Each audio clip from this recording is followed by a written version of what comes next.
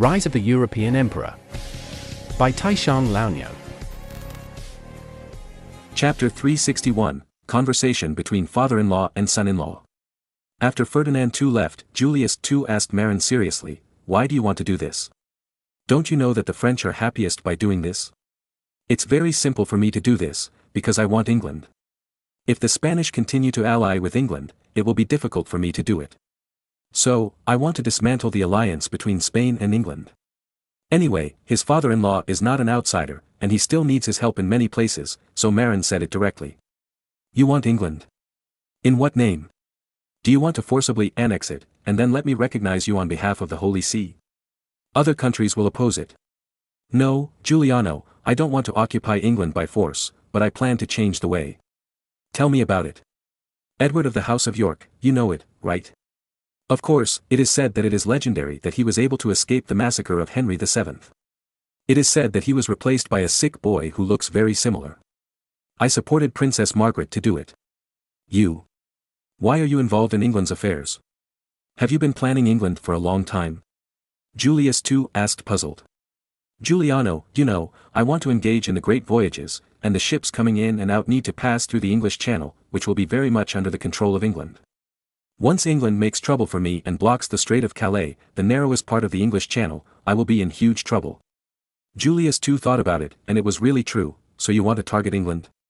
Not only that, in my opinion, there will be only 3 competitors at sea in the future: Spain, Portugal and England. As for France, it is obsessed with the struggle for hegemony on the European continent and thinks about Italy every day. It has no intention of engaging in the great voyages at all. England is located on an isolated island overseas. It seems remote, but it is also very safe. As long as the navy is strong enough, no one can do anything to it. Moreover, England has a larger population and richer resources than Portugal. In the future, it will definitely surpass Portugal and become a force that can compete with Spain at sea. It's easy for Spain to deal with Portugal. As long as they send the army to surround Lisbon, the Portuguese will get Ciufu. But facing England, Spain must send a fleet expedition. If the English navy is strong enough, it can completely defeat the Spanish fleet and will not be threatened by Spain." Julius II thought for a while, nodded, and agreed with Marin's statement. England is still restless because of the throne issue. Once England settles down, it will have great potential for development. Unlike the Portuguese, England has a great advantage facing Scotland. Moreover, it can also annex Ireland. As long as Scotland and Ireland are successfully dealt with, it will be difficult for England not to take off. Julius II is very clear about his son-in-law's talents and huge financial resources. If he is given enough excuses, it will be no problem to deal with England, Scotland and Ireland. So he asked, "I agree that England has great potential, but what is your excuse for sending troops?" "Giuliano, do you know? Edward of the House of York has ascended the throne in Ireland and is called Edward VI.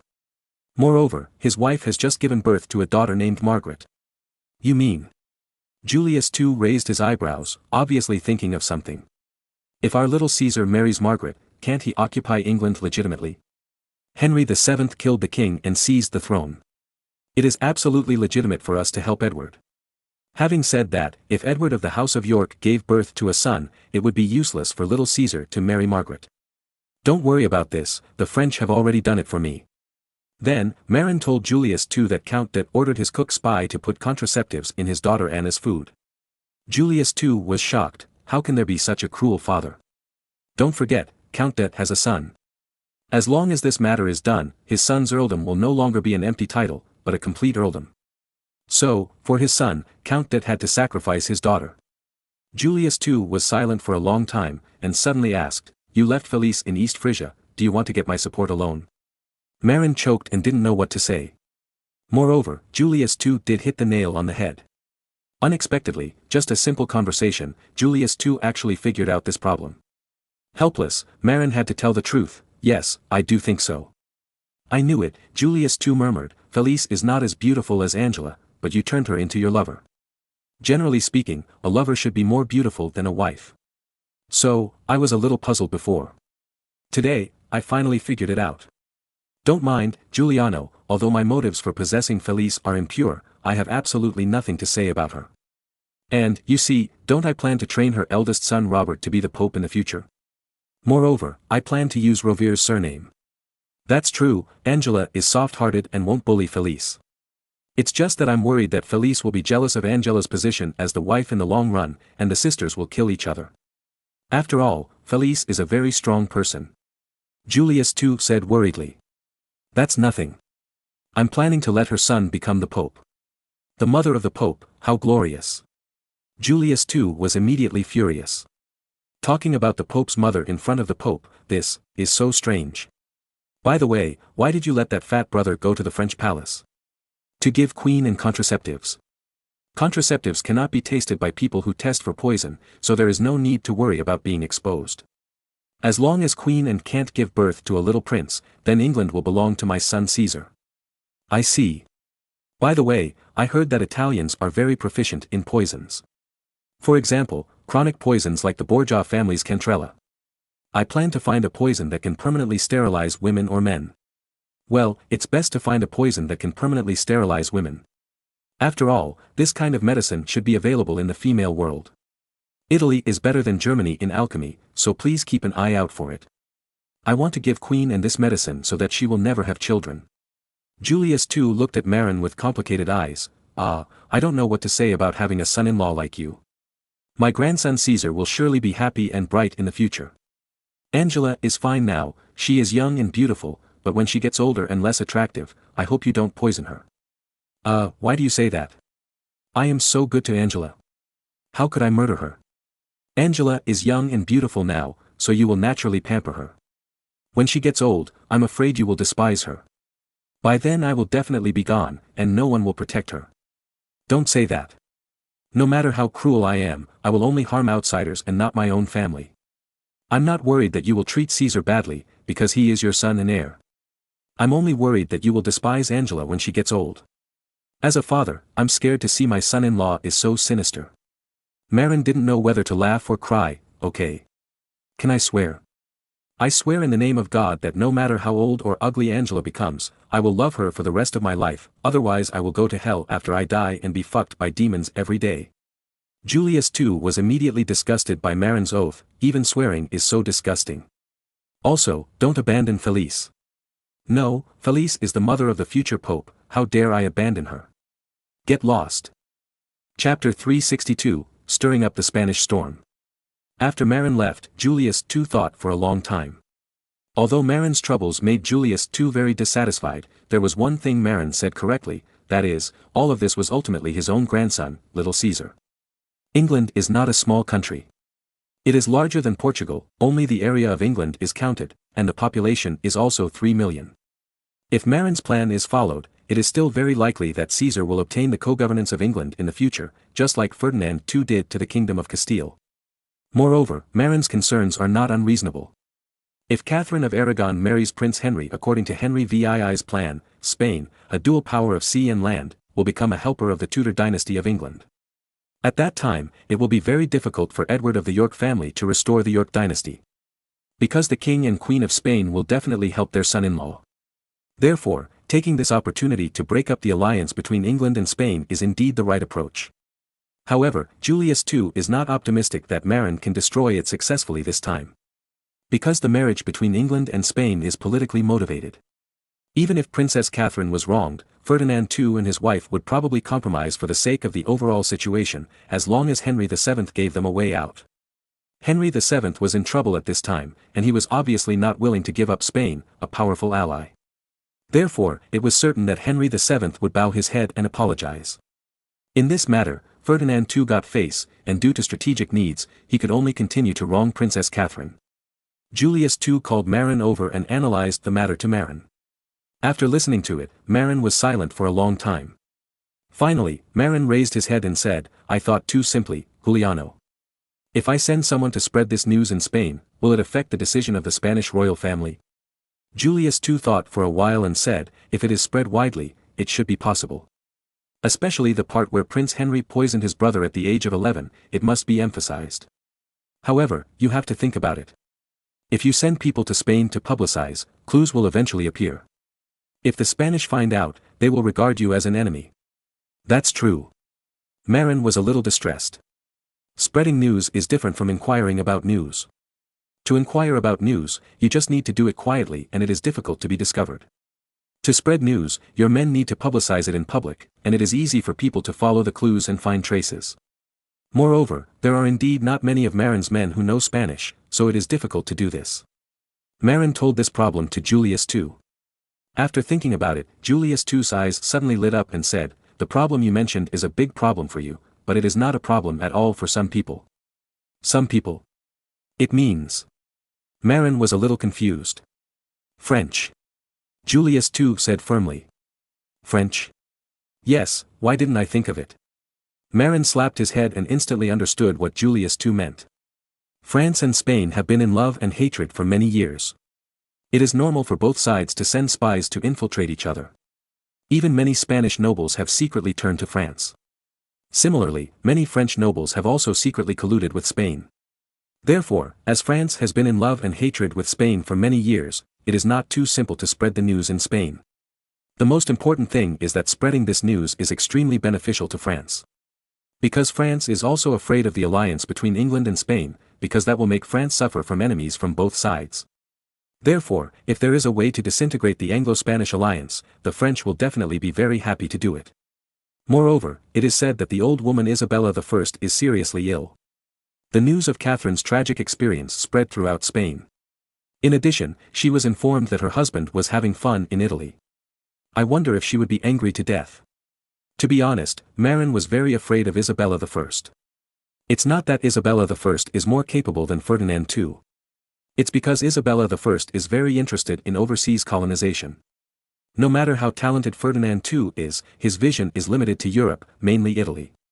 This naturally makes it impossible for Ferdinand II to conflict with Marin. However, Isabella I is different. This old woman is very courageous and pioneering. When the finances were so difficult, she was willing to sell jewelry to support Columbus's great voyage. It can be seen that this old woman is very interested in overseas colonization. Originally, Spain in history could become the empire on which the sun never sets, and this old woman contributed greatly. On the contrary, her husband Ferdinand II, although more politically talented, had limited vision to Italy and to the struggle for hegemony with France on the European continent. Therefore, he made little contribution to Spain's expansion of colonies. Prince Juan, the heir of Spain, was also influenced to be more concerned about European affairs because he was closer to his father. Marin had dealt with Prince Juan several times and found that the child was indeed more concerned about European affairs. Although Prince Juan's wife, Margaret of Austria, was very talented. However, her origin as an Austrian princess determined that she would definitely find ways to get Spain more involved in the struggle with France. In this way, Austria would also be relieved of a lot of pressure. Therefore, among the two generations of royal family members in Spain, only the old woman Isabella I preferred external expansion. The other three preferred the hegemony of Europe.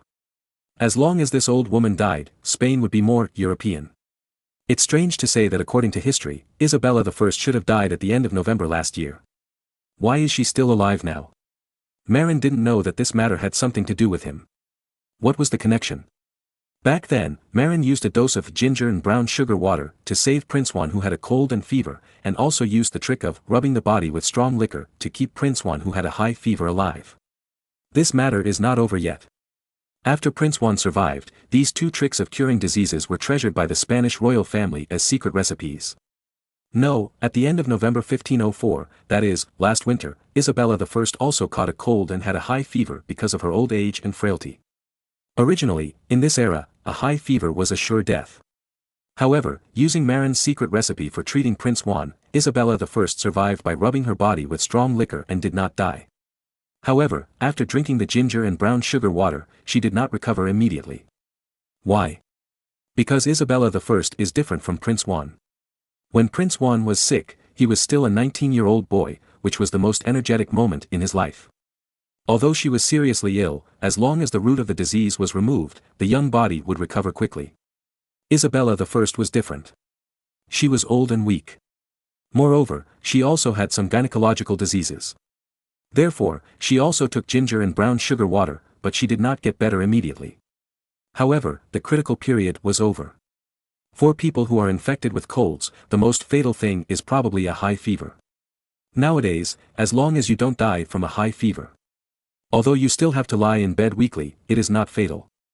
Moreover, although Isabella I was in poor health, she would feel much better in the spring when the season was warm. In later generations, Marin also saw such patients. They often get sick in the cold winter, either coughing or catching a cold. However, when the spring comes and the flowers bloom, these problems are temporarily gone. Then, the cycle starts again in winter. Of course, Marin was not willing to let Isabella I get better. So, Marin decided to send someone to Paris, France, to tell the French about the tragic fate of Princess Catherine, and suggested that the French go to Spain to spread the news so that the whole country of Spain would know about it. In this way, under the pressure of public opinion, the relationship between Spain and England would not be improved. In addition, Marin also planned to use the French to let the sick Isabella I know about Ferdinand II's romantic history in Italy, so as to piss off this ambitious old woman. In this way, Spain will no longer think about America in the future. Chapter 363, The Selection of Catherine's Husband. In order to achieve his goal, Marin made a detailed plan. First, he wanted to let the French know about the miserable life of Princess Catherine of Spain in London. Then, he had to let the French know that if the matter was not made public, the Spanish royal couple, who put the interests of the Spanish first, might choose to turn a blind eye.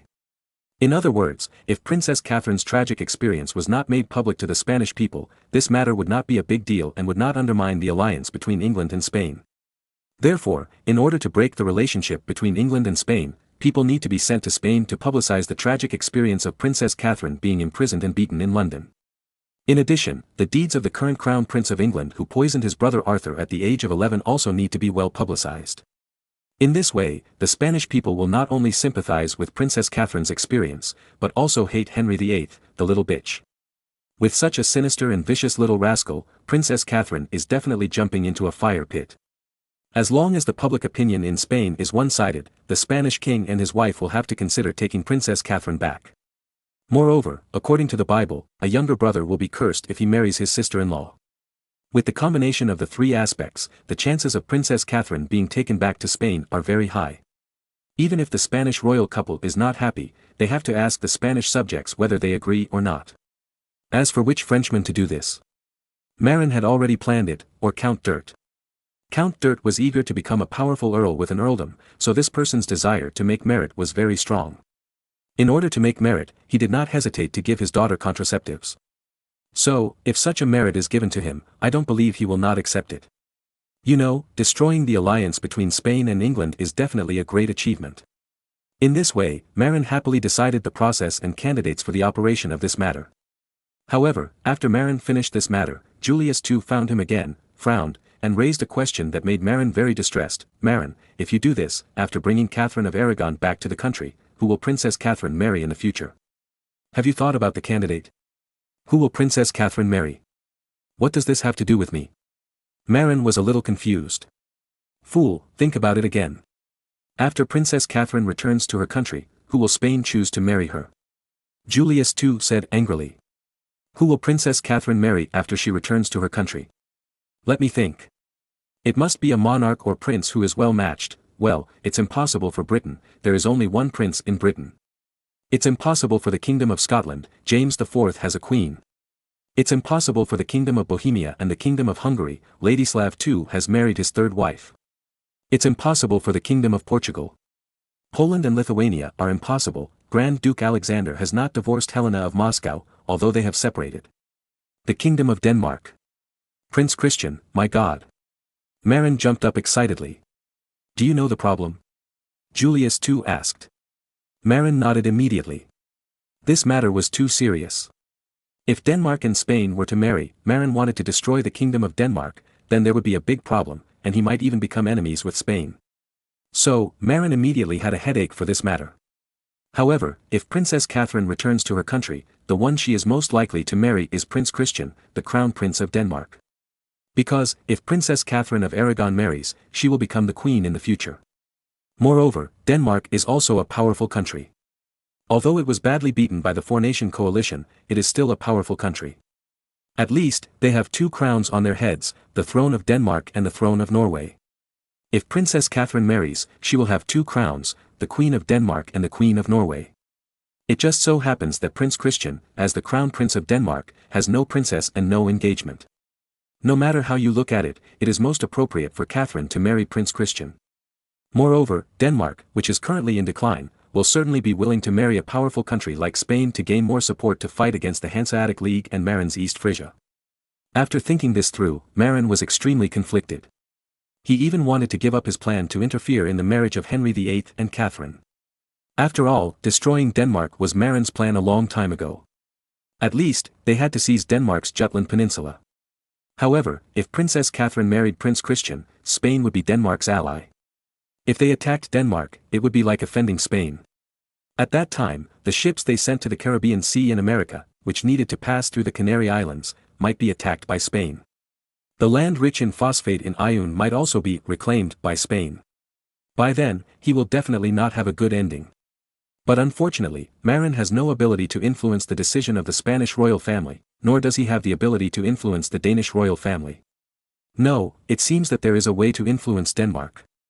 Marin's eyes flashed with murderous light. What if Prince Christian is assassinated? Julius II listened and shook his head repeatedly. Not appropriate, not appropriate, assassinating the crown prince of a big country. If the news is exposed, you will be spurned by all the nobles in Europe and even be beaten up. What if I frame the Swedes or Hans's brother Duke Frederick? Are you sure you can do it?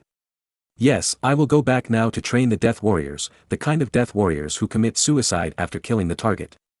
Moreover, I will choose Swedish teenagers who have grudges against the Danes. The previous Danish invasion of Sweden created a lot of Swedish orphans. It's just right, I can train them to assassinate Prince Christian. Alas, assassinating nobles is not appropriate after all. Well, you can do it, but you must not reveal your identity. Afterwards, it's best to silence them. Oh, I almost forgot, Giuliano, do you still have Cantrera? Marin suddenly remembered a more civilized assassination method, which is much more harmonious and sinister than sending assassins. There are still 2 portions. You want to use Cantrera to poison Prince Christian? Not right, not right. Why not?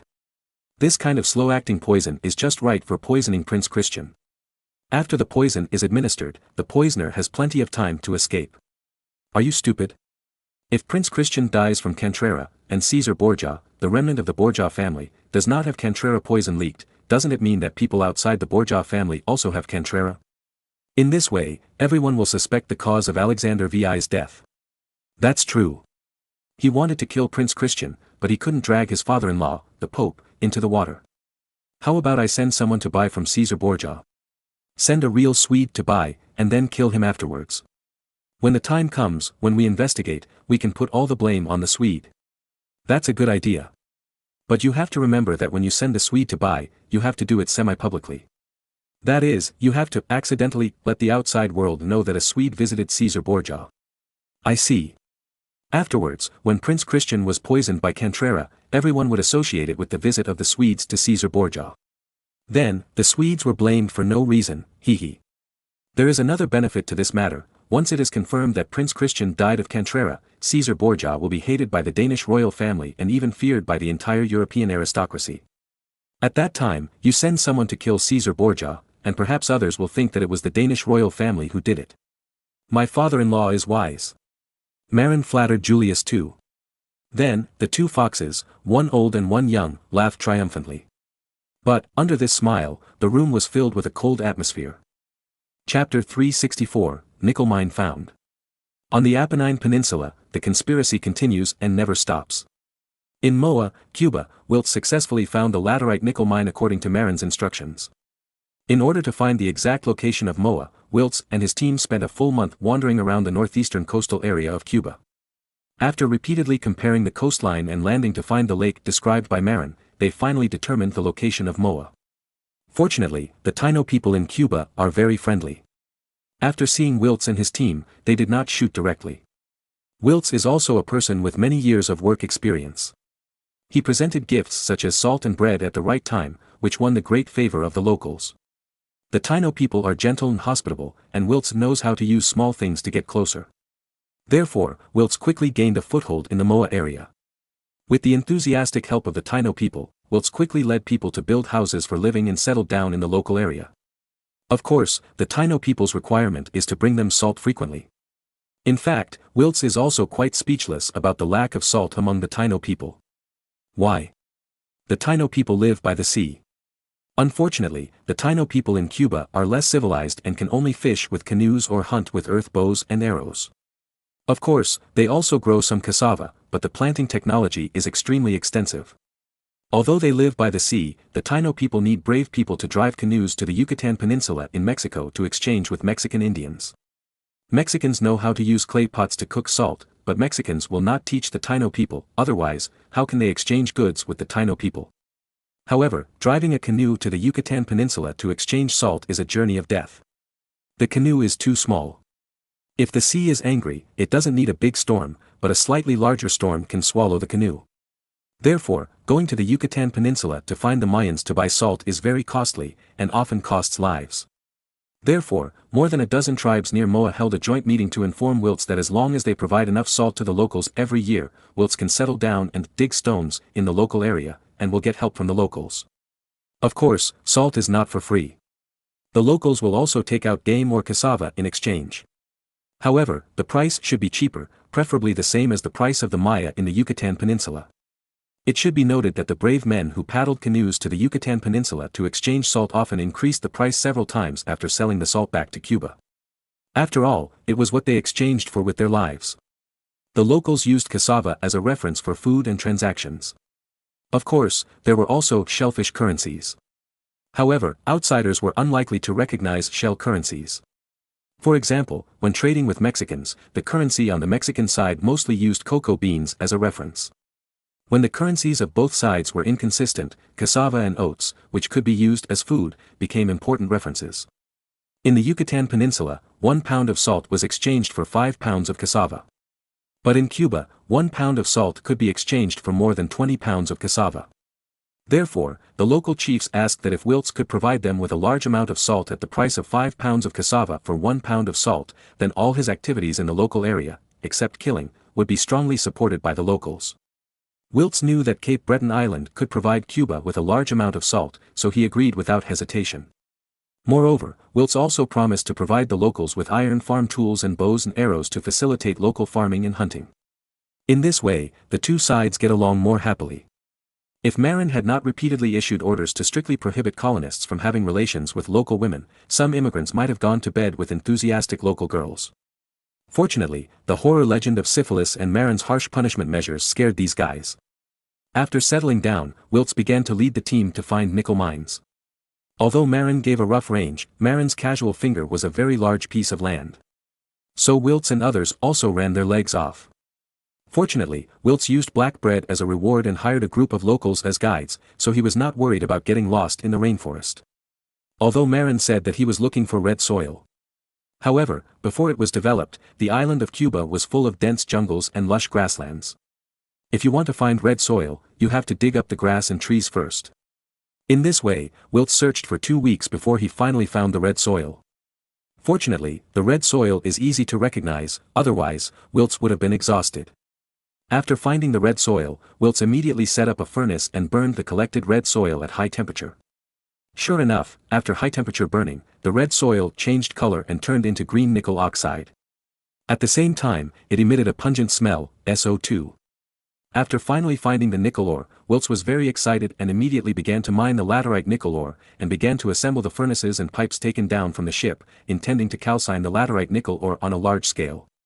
According to Marin's plan, Wilts needed to calcine the laterite nickel ore into green nickel oxide locally, and use a desulfurization water tower to collect sulfur dioxide gas. However, when it was first produced, the desulfurization system leaked because the pipeline broke and the construction workers did not pay enough attention to the desulfurization work. The leaked sulfur dioxide gas made people choke. Moreover, it also angered the nearby Taino people. Therefore, the nearby Taino people asked Wilts to stop making this terrible gas. Wilts, who was not yet firmly established, had no choice but to suspend production. Then, he saw on the map given to him by Marin that there was an island called Great Inagua not far from Moa. After thinking it over again and again, Wilts decided to move the production process of calcining laterite nickel ore to Great Inagua Island. He came to mine, not to fight with the locals. If possible, it is better to live in peace. Seeing that Wilts no longer produced that terrible gas, SO2, the Taino people did not bother Wilts. After exploration by the crew of the ship assigned to Wilts, it was found that there was no population on the west coast of Great Inagua Island, about 100 kilometers away from Moa. Moreover, there were many trees on the island, which were very suitable for cutting down as firewood for calcining laterite nickel ore. In this way, Wilts divided mining and smelting into two places. Of course, conflicts with the local Taino people in Moa were also avoided. After the smelting site was relocated, the local Taino people in Moa also took the initiative to help dig laterite nickel ore. On the west coast of Great Inagua Island, Wilts directed the craftsmen to rebuild the smelting system and improve the water desulfurization system. The forge is isolated from the air, but there is an air inlet driven by a bellows to input oxygen to react with nickel sulfide to produce nickel oxide and sulfur dioxide. Sulfur dioxide gas enters the water tank through the pipeline and is absorbed by the water in the water tank. Of course, because SO2 is not as soluble as SO3. Therefore, after a period of time, the water in the water tank that absorbs SO2 will form a saturated sulfurous acid solution after absorbing enough SO2. At this time, the water in the water tank can no longer absorb SO2. Then, the smelly SO2 will overflow. Then, the workers on site need to replace the water in the water tank in time. The original saturated sulfurous acid solution is poured into another container, and the workers use wooden sticks to stir it constantly so that enough oxygen can enter the solution and react naturally with sulfurous acid to produce sulfuric acid. However, this process is very inefficient. Even after stirring for several weeks, only a small part of the sulfurous acid is converted into sulfuric acid. Moreover, due to the volatilization of water vapor, SO2 gas will leak out, causing workers to inhale SO2, which is harmful to health. Therefore, Marin requires frequent replacement of workers to avoid long-term large-scale inhalation of SO2 by a single person. Moreover, for workers in charge of dangerous processes that are easy to inhale SO2, Marin prefers to use black uncle. Of course, when activated carbon is developed in the future, Marin will make gas masks. In this way, no one will have to take risks. As for how to separate sulfuric acid and sulfurous acid, don't make it too simple. Just put the mixed solution in the air and let the water vapor evaporate. SO3 is infinitely soluble in water. As long as there is water, SO3 will stay in the water and will not dissipate easily.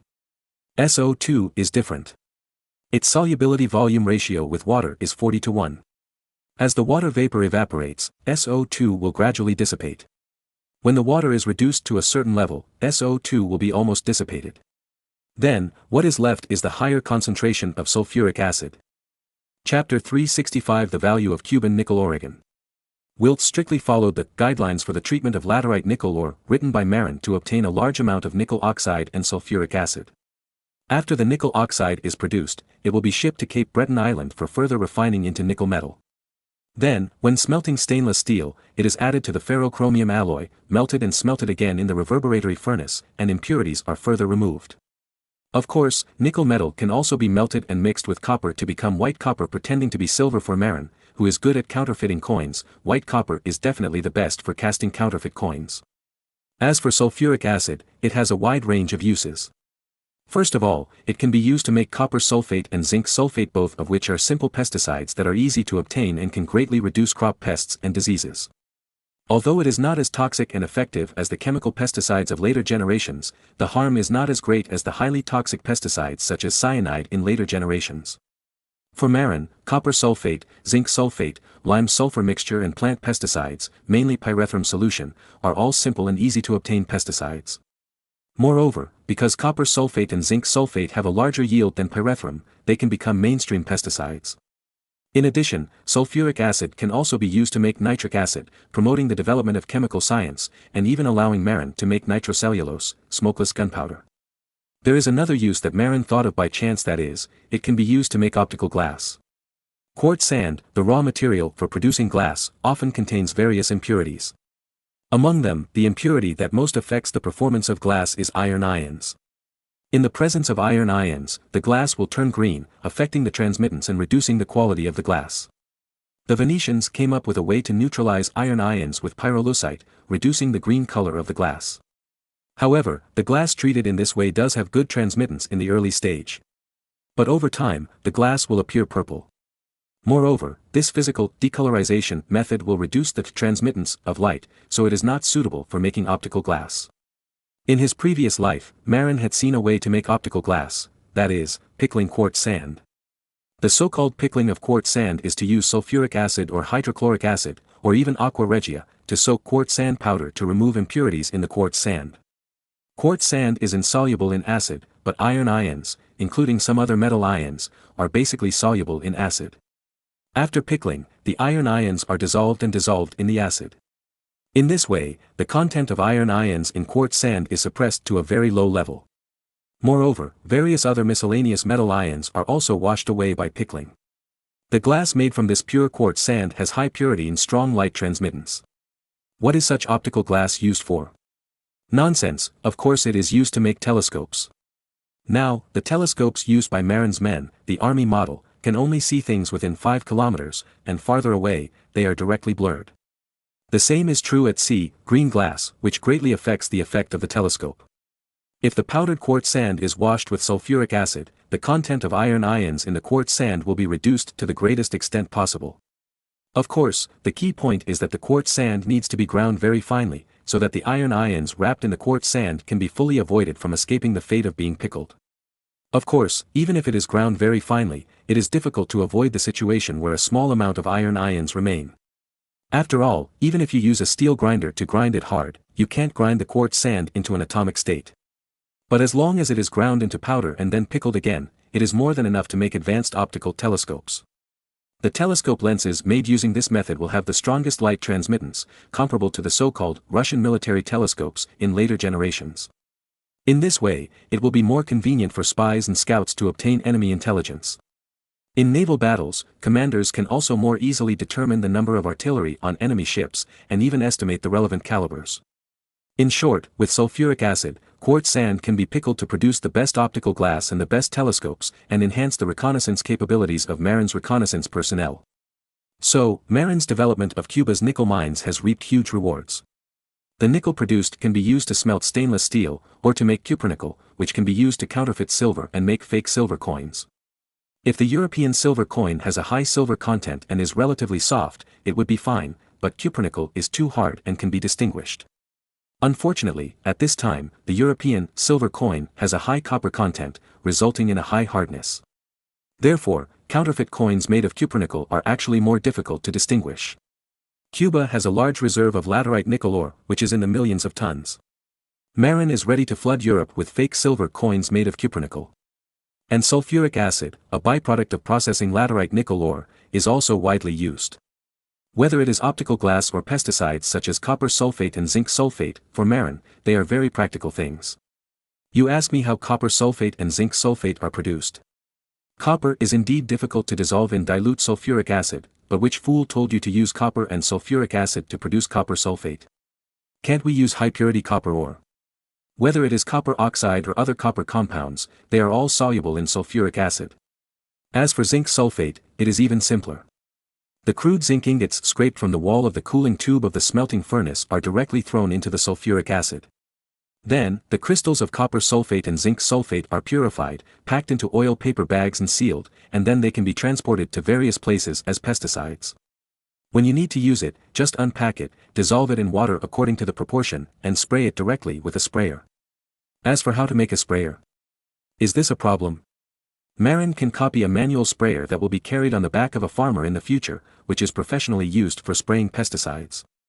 After all, Marin's family in the future has a lot of manual sprayers that have been scrapped. When Marin was a child in his previous life, he often dismantled scrapped agricultural sprayers to play with, so don't be too familiar with their structure. Wiltz found the laterite nickel ore. Although it is a great achievement, it can only be regarded as completing the first stage of the task. In the second stage, Wiltz needs to find the legendary chromite ore with a reserve of 1 million tons in the mountains near Moa. However, this stage is a bit difficult. Because Marin couldn't tell what chromite looked like. Unlike laterite nickel ore, which is red in color, you only need to calcine it to see if there is a smell of SO2. Some are nickel sulfide, and those without smell are rutile, which are simple and crude. Because I don't know what chromite looks like, Wiltz needs to find this ore himself. Anyway, try smelting any kind of ore. If iron is smelted, you have to try it to see if it is easy to rust. If it is not easy to rust in a high-temperature water vapor environment, it is very likely to be chromite. Therefore, finding chromite is much more difficult than finding laterite nickel ore. Not only do you need to find iron ore that you don't know what it looks like, but you also need to smelt the ore and test it in a high-temperature water vapor environment for a long time to finally determine whether it is chromite. And if chromite is found, then stainless steel can be successfully launched. For this reason, Marin offered a very high reward. Finding nickel ore is just an ordinary non-hereditary knight. If he discovered chromite, he would be promoted directly to hereditary knight and become a noble family. If he made great contributions, he could be made a baron. So, after he had completed the mining and processing of nickel ore, Wilts once again led a large group of people, under the protection of a large number of local people hired with salt and food, to go into the mountains to look for chromite. Chapter 366. Buying Manhattan Island. While Wilts was making achievements in the Moa region of Cuba, the other three colonies were not idle. Whether it was the Havana colony where Terra was located, the Panama colony where Goulard was located, or the two-island colony managed by Albert, they all achieved certain results. Among them, Goulard was the most unlucky. Because Panama was too dangerous. Goulard brought hundreds of young immigrants and 200 black slaves and landed in the Bay of Colón on the Caribbean side of Panama. After that, it was time to cut down trees and set up camps. Perhaps because of good luck, Goulard did not have a serious conflict with the local tribes. In the only conflict, after injuring a young man of the local indigenous people, Goulard quickly sent a small bag of salt to the local chief as compensation. Then, they lived in peace. However, although they were not attacked by the local indigenous people, they were attacked by poisonous mosquitoes and insects. Then, despite the use of mosquito-repellent floral water, 3 unlucky German immigrants died of malaria and yellow fever. As for the cause of death, it was because the 3 guys did not reapply the mosquito repellent on their bodies in time after it became ineffective. Then, it was a tragedy. The 200 black brothers were really healthy. They were still alive and kicking without mosquito repellent. In fact, there are also poisonous mosquitoes and insects in the African rainforest. This group of black brothers have long been accustomed to it. Even without mosquito repellent, they are fine. What's more, Marin asked people to buy young and strong male black slaves, who have the best health and the strongest disease resistance. As a result, hundreds of European immigrants were trembling with fear, while the old blacks were alive and kicking. The task of cutting down trees also fell mainly into the hands of the old blacks. And Goulard also sent people to contact Grenada Island and ask the ship from Grenada Island to return to Europe to tell Marin that Panama needed more black slaves. In fact, the Panama Canal in later generations was dug in the mid to late 19th century. At that time, the black slavery system had been abolished all over the world. Therefore, when digging the Panama Canal, basically not many black people were used, but a large number of non-black laborers including Chinese workers and Indians were used. In the end, 20,000 to 30,000 people died of illness. The main reason is that those recruited from other places are not adapted to the harsh local climate and poisonous mosquitoes and insects. If black people who are adapted to the tropical rainforest climate were used to dig the canal, the death toll would probably be much less. Because the black people from the tropical rainforests of West Africa are very adapted to the local climate. However, slavery had been abolished at that time, and black people became the masters. Therefore, in order to have an international influence, decision-makers had to use people other than blacks to fill in, resulting in a high mortality rate.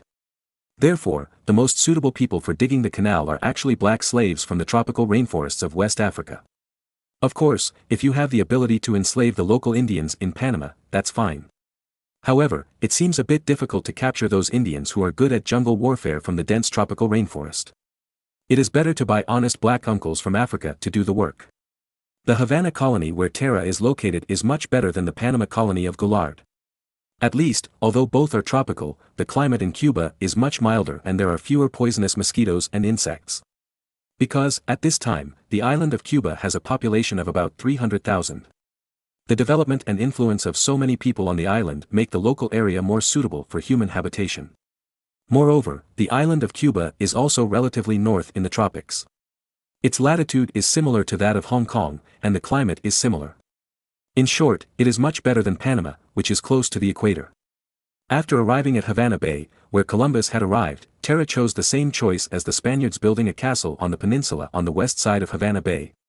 The reason for choosing to gain a foothold on the peninsula on the west side of Havana Bay is that this is a vacuum area for local indigenous forces. Unlike the east side of Havana Bay, which happens to be the territory of a local indigenous tribe. Terra was cautious by nature and did not contact the Taino immediately, but buried his head in building a castle there. In fact, if Terra sent someone to test it, he would know that as long as he was willing to sell salt, the friendly Taino people would welcome them. Because, in order to buy salt, the Taino people often need to drive canoes, take huge risks, cross the sea to the west, go to the Yucatan Peninsula, and exchange salt with the Mexicans. Moreover, because the canoe has a limited cargo capacity, the cost of transporting salt is very high and the risk is particularly high. Of course, Terra's approach is actually the safest. No matter what attitude the natives have, it is the most appropriate choice. After all, no one knows the attitude of the natives. Like Wilts, who quickly got along with the natives, it was pure luck. If he encountered cannibals, Wilts might have been roasted and eaten. And the two-island colony where Albert was located did something very meaningful. Albert bought Manhattan Island. Albert was the one who was most cared for by Marin along the way. After all, he is Marin's younger brother and has the most resources to mobilize. Marin equipped him with a group of language talents and diplomatic talents to help him deal with the Delaware people. After those language talents became familiar with the language of the Delaware people, communication quickly began. Knowing that the Delaware people were a matriarchal society, Albert sent people to bring floral cloth and colored glass, which were indeed very popular with the women of the Delaware people. According to the customs of the Delaware people, old women are very respected by the Delaware people. The oldest old lady can even appoint and dismiss the chief. Therefore, Albert boldly sent people to give gifts to those old ladies of the Delaware people, and sent a lot of floral cloth and glass ornaments. Then, many tribes of the Delaware people were broken by Albert's sugar-coated bullets. Albert always remembered Marin's request for him to buy Manhattan Island at the mouth of the Hudson River, and that place was even named New York, or New York City. Although it was strange why Marin named this area New York City, which was a very English name, Marin was the monarch. Although he was Marin's younger brother, he could not overturn Marin's decision at will. Since there were no Indian tribes on Manhattan Island, and the powerful old ladies of several nearby tribes were bribed by Albert. So, after a brief discussion, after paying 20 gold coins worth of floral cloth and glass ornaments, Albert successfully got Manhattan Island with an area of 50 square kilometers. Note, Manhattan Island is an estuary alluvial island. In principle, its area is getting bigger and bigger, just like Chongming Island in Shanghai. Therefore, Manhattan Island at this time is not as large as 59.5 square kilometers. Unlike the Twin Islands, Amerigo Island and Columbus Island are islands with limited fresh water resources. They mainly rely on the rivers on the island to supply fresh water. Therefore, the development of the island is very constrained by fresh water resources. And this 50 square kilometer Manhattan Island, because it is located at the mouth of the Hudson River, is surrounded by fresh water. Therefore, in addition to worrying about floods, the development of the island can be maximized. Moreover, Marin has also made clear instructions that Manhattan Island will become the political center of the northern part of the savage continent in the future. Therefore, after purchasing Manhattan Island, Albert immediately began to build castles, cut down trees, and build roads on the island, clearly aiming to build a city. Moreover, for security reasons, Albert also began to order the construction of artillery batteries in the direction of the river mouth to guard against invasion by other colonial forces. Chapter 367, Immigrants from England. In Newcastle in the northeast of England, the 2,000 Frisians sent by Marin easily occupied the land on the banks of the Tyne outside Newcastle and built a solid camp. However, when the camp was set up, it was surrounded by locals. Of course, the locals did not want to attack the barracks, but to ask for food. At this time, Newcastle, with a quick mind, had already followed the large group of people to flee south. Others went to the seaside to fish. At this time, there was only one source of food near Newcastle, that is, the fishing village by the sea. Many refugees poured into the fishing village by the sea, wanting to grab some fish as food. And many fishermen on the seaside were so scared that they took their families on board and went to the sea, and dared not dock. In the inland areas, those who remained were either the old, weak, sick and disabled, or the more honest and dull people. Those monkey-like people either fled south with the large army or ran to the seaside to rob the fishermen's catch. Most of those who stayed were honest people. However, these honest people often ended up in a miserable way. That is, starving to death. Seeing Marin's 2,000 soldiers landing to set up camps, some locals bravely ran over to ask for something to eat. Of course, they didn't dare to do anything radical, let alone snatch the rations of the fully armed soldiers, but just timidly begged the soldiers. It happened that the commander of the team, Sakara, remembered the instructions from above, to recruit soldiers locally. So, Sakara put up a banner to recruit soldiers, select the brave and strong locals, become soldiers, and feed their families every meal. The banner of recruiting soldiers was just put up, which immediately caused the locals to boil. When they heard that they might have bread every meal, the local young and strong men went crazy and rushed over from all directions to accept the selection. These 2,000 Frisian soldiers can all communicate with the English-speaking English in Frisian. Therefore, the selection of recruits went very smoothly. Speaking of which, the process of recruiting soldiers is actually very simple. The first is to see whether the applicants are willing to accept command, that is, whether they are obedient. The second point is the competition. As long as you defeat the opponent in a bare-handed fight, you can win. Soldiers are different from civilians and need the courage to fight. If you don't even have the courage to fight in the competition, no matter how strong you are, you will be a waste if you take it to the battlefield. Therefore, during the competition, the officers don't care about winning or losing, but only look at the courage of the applicants to fight. If you have courage and are not afraid of getting hurt, you will be recruited into the army even if you lose the competition. In just 3 days, Sakara recruited 3,000 new soldiers. Moreover, people from the area near Newcastle are still rushing to apply. As for those young and strong people who were not selected, Sakara did not give up, but announced that if they were willing, they could dig coal for the Morgan Chamber of Commerce, the name of the Chamber of Commerce made up by Marin. The conditions are a little lower than those of soldiers. You can guarantee that you are full and your family can eat half full. Then, those local young and strong people who were not selected as soldiers signed up in a swarm. Because that was their only chance not to starve to death. However, Sakara only recruited 1,000 coal miners, and those with coal mining experience were given priority. Soon, the quota of 1,000 people was full. But there were still tens of thousands of young and strong men surrounding the military camp. They begged Sakara desperately, hoping to get a chance to work in exchange for food in order to survive. For these weak men, although they are not suitable for being soldiers. However, they are very suitable for being serfs. So, Sakara threw out a third plan. Those who want to survive will board the ship and go overseas to be serfs for Master Morgan, Marin's pseudonym. Moreover, families with unmarried daughters and sisters are given priority. This is because Marin hopes to give the young and strong people in the country a chance to solve personal problems through this opportunity. After all, there are many single mercenaries and immigrants in Marin's country, and few girls. Taking advantage of this opportunity, it is possible to solve the problem of imbalance between men and women in the country at a very small cost. So, Sakara's plan was publicized. Families with unmarried girls at home can board the ship first and get enough bread supply. Then, the English refugees around went crazy. Those families with unmarried daughters brought their daughters to Newcastle to find a chance to survive. Sakara accepted all the families with unmarried girls as agreed. Moreover, such families are given priority. Secondly, there are families with young and strong people. Moreover, it is best to have young and strong people with wives. Otherwise, Marin will have to worry about their single problems. Damn, Marin feels that he has a much more conscience than those officials in later generations. At least, he also helps to consider the marriage of the people. Unlike officials in some countries in later generations, they are very shameless. You can't find a girlfriend? Won't you go to be gay? Come on, let's legislate to make gay legal. Well, the rest is none of my business. Although Marin was in Rome, he still remotely controlled Geoffrey and sent a large number of transport ships to Newcastle to load refugees. Then, set sail for Cape Breton Island on the American continent. In fact, according to Marin's plan, most of these immigrants should be transported to the Twin Islands. However, because it is not known whether Manhattan Island has been purchased, they will be temporarily transported to Cape Breton Island for settlement. Then, after Manhattan Island is purchased, tens of thousands of people will be transported to Manhattan Island for settlement.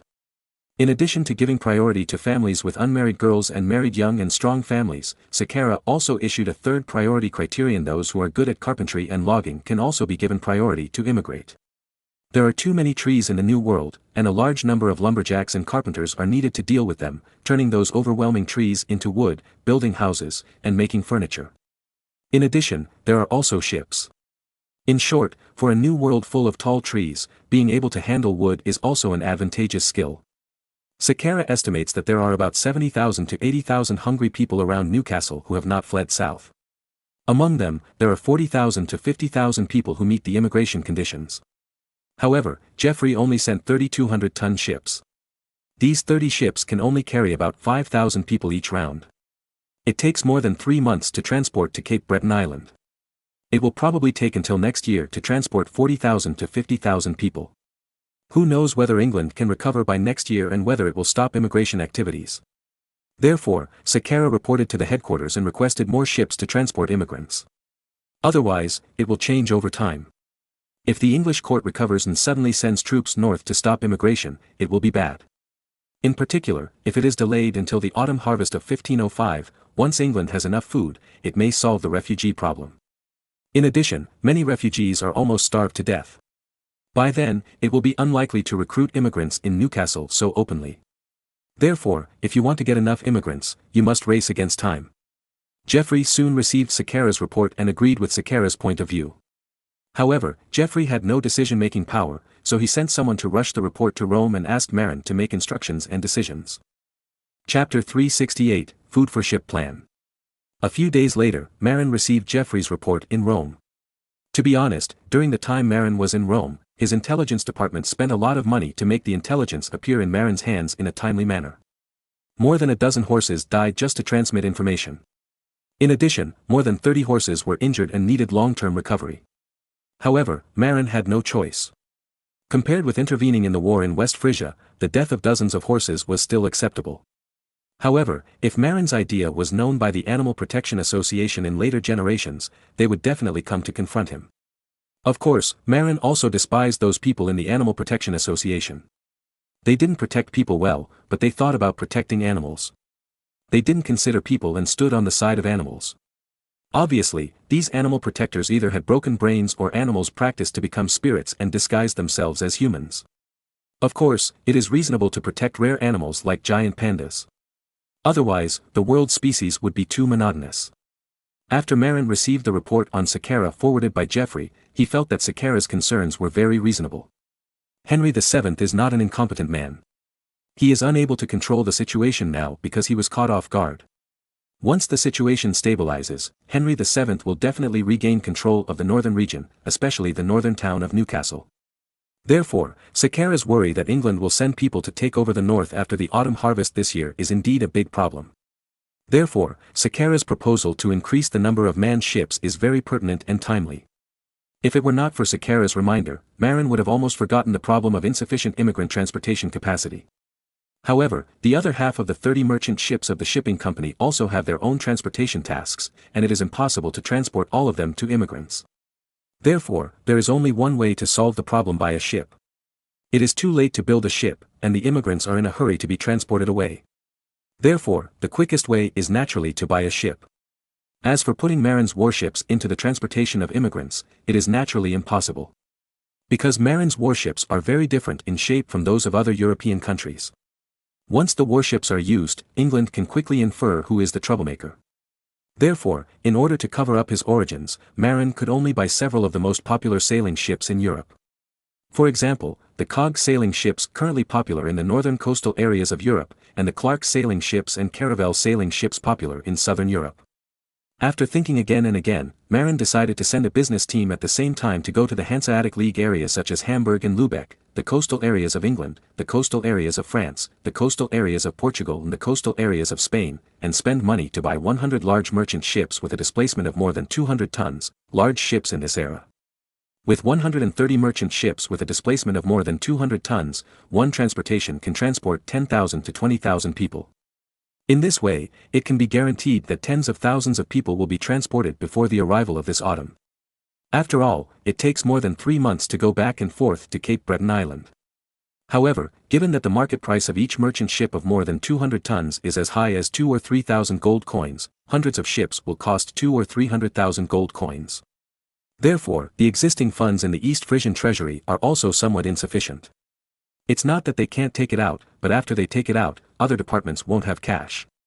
For this reason, Marin can only resort to the old trick, selling grain. 1 gold coin is equivalent to 60 pfennigs, which can be exchanged for 60 pounds of rye in Germany. In other words, 60 pounds of rye can be exchanged for 1 gold coin. If calculated based on 300,000 gold coins, it's only 18 million pounds of rye. And Marin's granary stores more than 1 billion pounds of rye. Is there any pressure to take out 18 million pounds? Moreover, the price of these ryes in Germany is 1 pfennig per pound, but if they can be shipped to England and France, the price will increase a lot. Especially in England, this year, several counties in the north have no harvest and grain prices have risen sharply. If all these excess ryes are pulled out and sold, they can still get a lot of premium. A new ship with a displacement of 200 or 300 tons is worth no more than 3,000 gold coins. As long as 180,000 pounds of rye are taken out in exchange, it is estimated that the British and Spanish will feel that they have taken a great bargain. Of course, Marin will not be so stupid as not to consider the regional price difference of rye. Therefore, he arranged a professional negotiation team to be responsible for selling grain or directly exchanging grain for ships. As long as the ships are in place, tens of thousands of refugees in Newcastle can be transported in a few trips. With tens of thousands of refugees going to Cape Breton Island, this large island of 10,000 square kilometers will definitely usher in a wave of large-scale development. Of course, in fact, Cape Breton Island is just a transit station. What Marin really wants to develop is New York and the surrounding areas. Because Cape Breton Island is affected by the Labrador cold current north of the nearby Newfoundland Island, the climate is a bit cool. On Cape Breton Island, only cold-resistant crops such as rye and oats can be grown. Or, you can graze sheep. If you want to do something else, such as growing wheat, it is impossible. New York, which is not far from Cape Breton Island, is basically not affected by the Labrador cold current. Except for winter, it is still warm there. At least, crops such as wheat and grapes can be grown. In later generations, Columbus Island in the Twin Islands was called Martha's Vineyard, a resort with a very good climate. As long as tens of thousands of people were transported to New York, Marin could reclaim millions of acres of land in New York to grow high-value crops such as wheat and soybeans. As for the problem of high water demand for wheat irrigation, it was not a problem at all. Because Leonardo da Vinci had successfully developed the Watt steam engine. Marin in Europe did not plan to make the steam engine public for the time being, but North America was so remote that Marin could safely promote the use of steam engine-driven water pumps in New York to speed up irrigation. Moreover, it was quite convenient to use steam engines there. Apart from anything else, the coal produced in Cape Breton Island was just used as fuel for steam engines. What's more, the Appalachian Mountains, not far west of New York, contain extremely rich coal resources. Pittsburgh, a famous steel center in later generations, became a famous steel city by relying on the rich coal resources in the Appalachian Mountains and the high-quality iron ore from the Great Lakes region. And Marin's colonial route was also very clear. First landed in the New York area, then expanded westward, headed straight for Pittsburgh, and mastered the coal fields in the Appalachian Mountains. Then, continued to expand to the Great Lakes region and seize the high-grade superlarge iron ore in Minnesota and Michigan. Marin believes that in this world, countries that can rapidly develop industry, whether it is Britain, Germany, the United States or China, have one thing in common: they have rich coal and iron resources.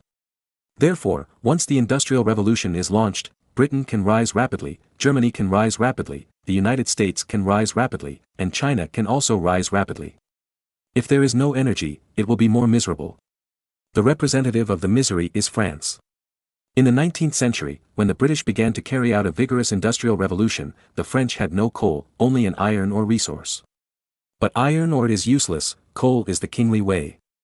Iron ore can be imported, and coal consumption is so large that it depends entirely on imports. Therefore, steel centers are generally built near coal production areas or places with convenient shipping by the sea, and they are not built near iron mines. The French have no coal, so when the British vigorously developed industry, they could only create a usury empire and could not compete with Britain. After completing the Industrial Revolution, Germany relied on the coal in the Ruhr area to quickly grow into a monster that could beat up France. Even Britain was a little afraid. Then, Germany saw that France was wasting the Lorraine iron ore, so it snatched it away. The same is true for the United States. Why is the northeastern part of the United States the most developed? Because the northeastern part has the huge coal fields of the Appalachian Mountains and the super iron ore in the Great Lakes region. So, after going all out, the United States effortlessly pulled Britain down from the economic throne and became the fighter among the rich. The same is true for China. Once the turmoil ended, it immediately relied on the coal fields in the western hills, and its industry rose rapidly, catching up with Europe and the United States in great strides. If it weren't for the vast amount of coal, would you try to rise? Although the air pollution in the city was serious, it is undeniable that the country has developed. In addition, we have to mention an ancient person, Emperor Yangguang of the Sui dynasty. If he hadn't dug the Beijing-Hangzhou Grand Canal, the coal fields in the western hills could not be smoothly transported to the south to provide thermal coal to the southeast coast. As long as you stand by the Grand Canal, you will find that many tugboats are towing several or dozens of barges. In the barges, there is either coal or lime or sand for construction. In other words, the great development of China's modern economy, Lao Yang, who has been dead for many years, has also made a great contribution. Therefore, Marin attaches great importance to pulling those tens of thousands of English immigrants to New York. With tens of thousands of people together, it is bound to be established quickly. As long as they have a firm foothold. The greedy nature, coupled with Marin's guidance, will make them expand westward.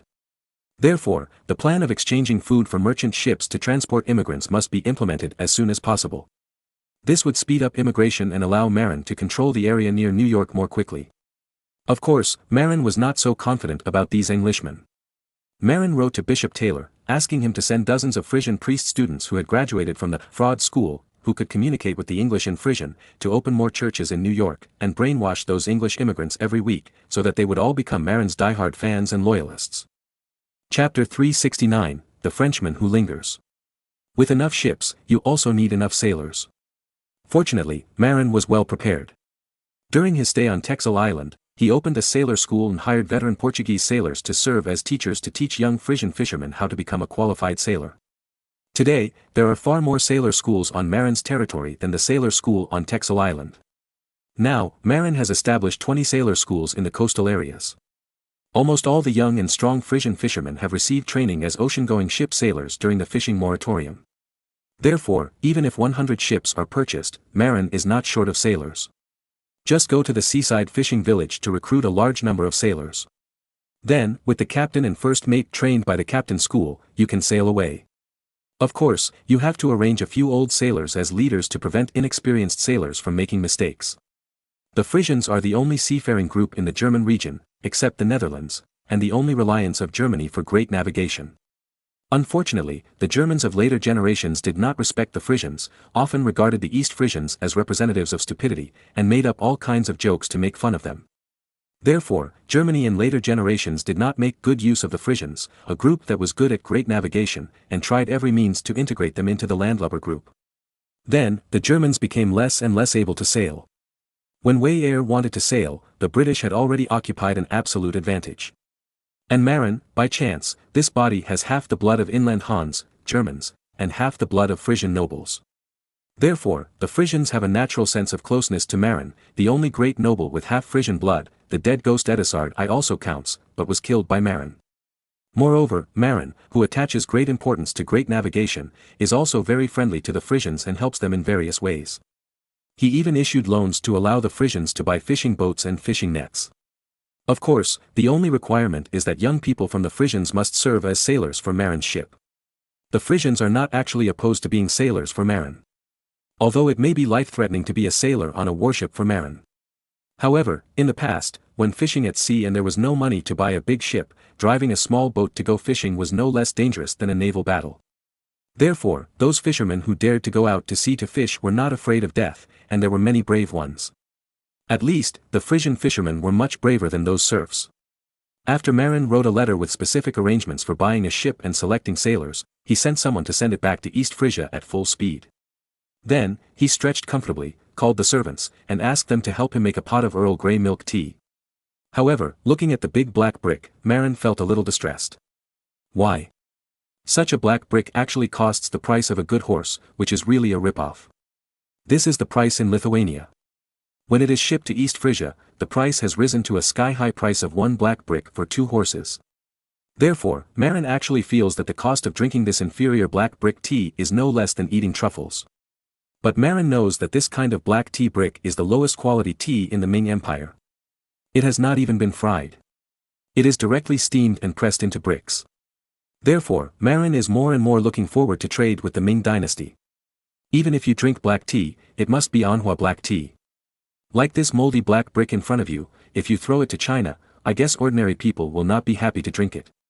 However, Marin doesn't like to drink coffee. If he drinks milk alone, he feels like a child who has not been weaned. So, let's drink some inferior milk tea.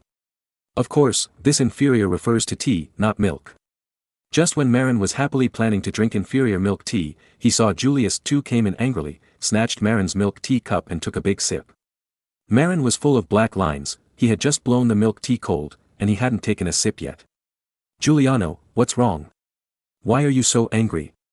You are the Pope, who dares to be so disrespectful? Marin was very curious about his father-in-law's misbehavior. You know, as a pope, his father-in-law is also an old fox, and it is very rare for him to lose his temper. It's not the damn Venetians. They dare to be rude in front of me. They are so arrogant. I'm very unhappy now. I really want to call on the European powers to fight Venice. Julius II said angrily.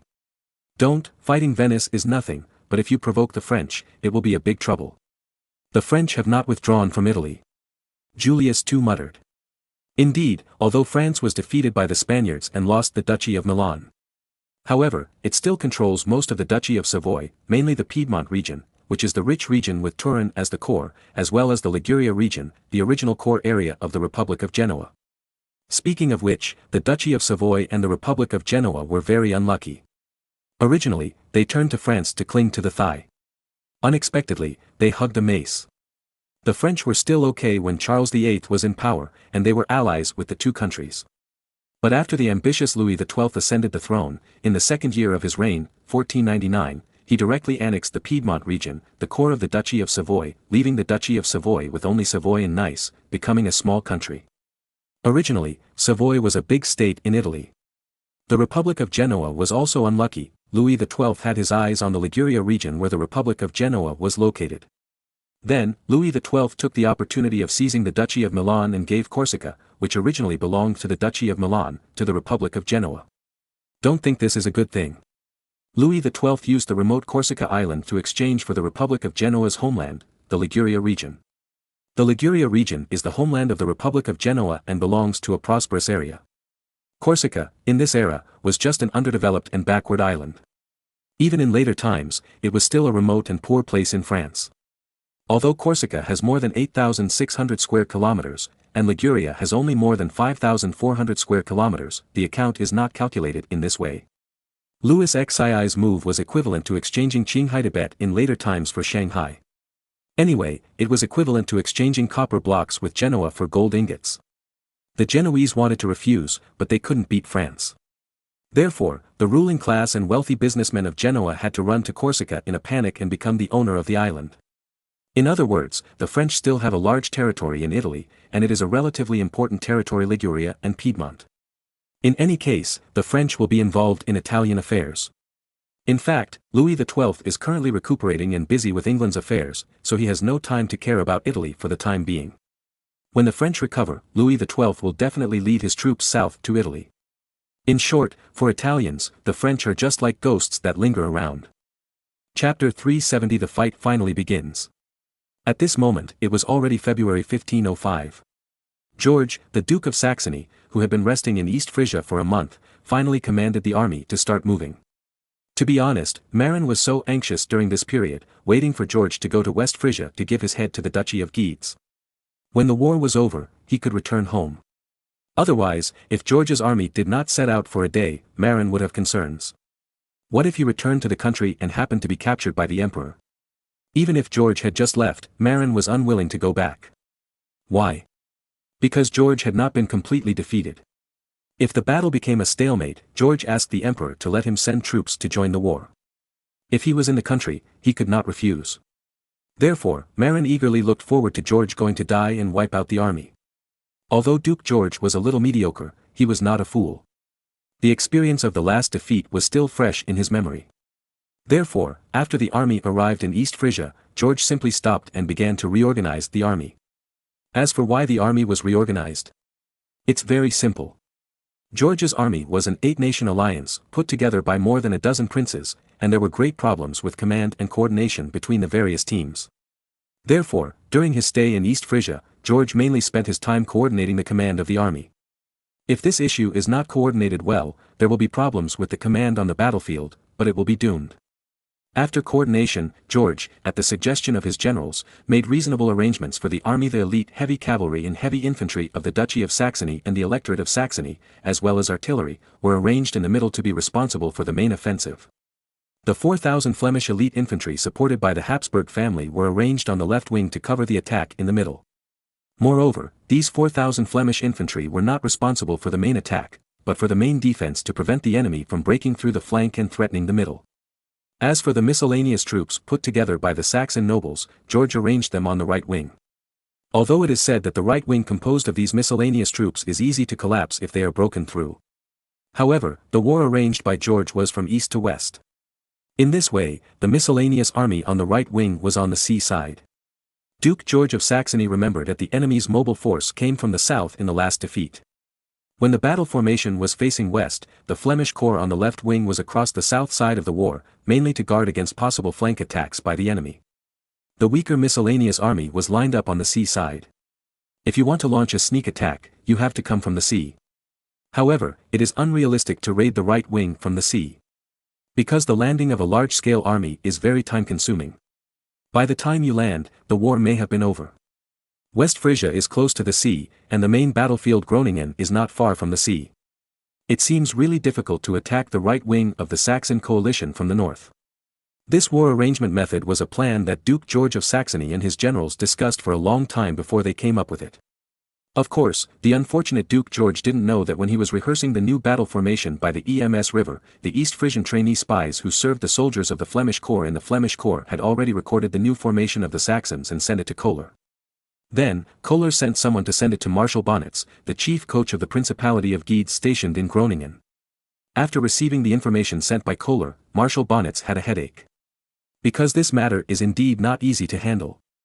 The battlefield between the army of the Principality of Guedes and the Saxon coalition must be a decisive battle near the sea. Moreover, most of the time, the Guedes army is in the west, and the Saxon army is in the east. In this way, the right wing of the Saxon coalition is left with only the flat open space on the seaside, which is clear at a glance. The battle plan formulated by the Principality of Guedes army is to let the commander of the Siege Corps lead 4,000 troops of the headquarters and another 1,000 troops, a total of 5,000 Swiss mercenaries, to attack the Saxon coalition from the side. However, the narrow place along the coast obviously cannot hide 5,000 Swiss mercenaries. Moreover, when the armies confront each other, even if the enemy does not attach as much importance to intelligence reconnaissance as Marin, they will definitely send out reconnaissance cavalry. The coastal plain is so wide that any movement will definitely not be hidden from the Saxon cavalry. If the ambush formed by the Swiss is cavalry, there is nothing to be afraid of.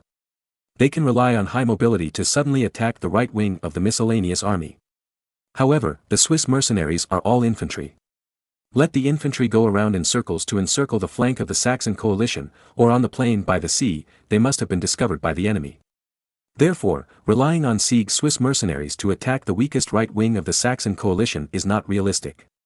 Then, only Siege Swiss mercenaries can attack the left wing of the Saxon coalition, or simply the rear. But attacking the left wing is not a good choice, because the elite Flemish corps is responsible for the left wing, which is a hard bone and not easy to defeat. Moreover, this is not the most important thing.